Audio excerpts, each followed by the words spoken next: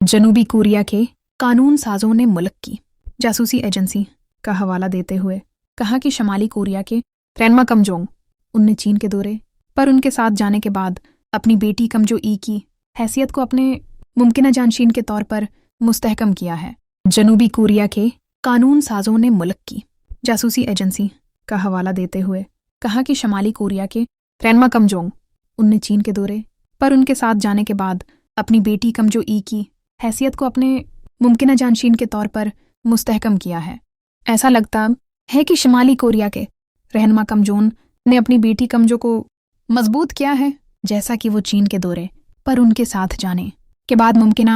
तौर पर जानशीन है। जनूबी कोरिया के कानून साजों ने जमारात को कहा कि तकरीबन 13 साल की उम्र का अंदाज़ा लगाया गया है कि वो शमाली कोरिया के सफारत खाने में रहे और इस दौरान अवामी तोजा से ग्रीज किया बीजिंग का दौरा। लेकिन जनूबी कोरिया की कौमी इंटेलिजेंस सरोज का तज्जिया उसका मकसद जाहिर करता है, क्योंकि ये एक बयानिया को मुकम्मल करना था ताकि एक मुमकिन जानशीन हीरो के तौर पर जनूबी कोरिया के कानून साज lease Jung Kim Jong Un Hindu शमाली Korea की नुमाइश को कम से कम करने की हर मुमकिन कोशिश करते हुए देखा जाए। इस पर जोन और कमजो ए की बायोमेट्रिक मालूमात वहाँ शमाली कोरिया के सफारतखाने में क़याम था और सप्लाइज और खुसूसी तैयारों के जरिए नकल व हमले के तरीक़े मुख्तलिफ थे और ना ही मुझे पहली बार दुनिया और सरकारी मीडिया की तस्वीर दिखाई गईं और 22 और जिनकी अवामी नमाइश और सफारती नशस्तें 23 से बढ़ कर 30 हो गई हैं। बीजिंग का बेमिसाल सफ़र देख सकते हैं। चीनी सदर शी जिनपिंग और